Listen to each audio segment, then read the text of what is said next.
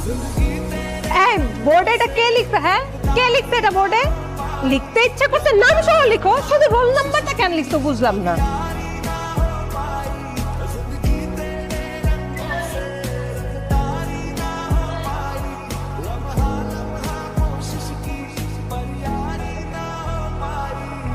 দোস্ত, ছেলেটা কিন্তু সুন্দর আছে।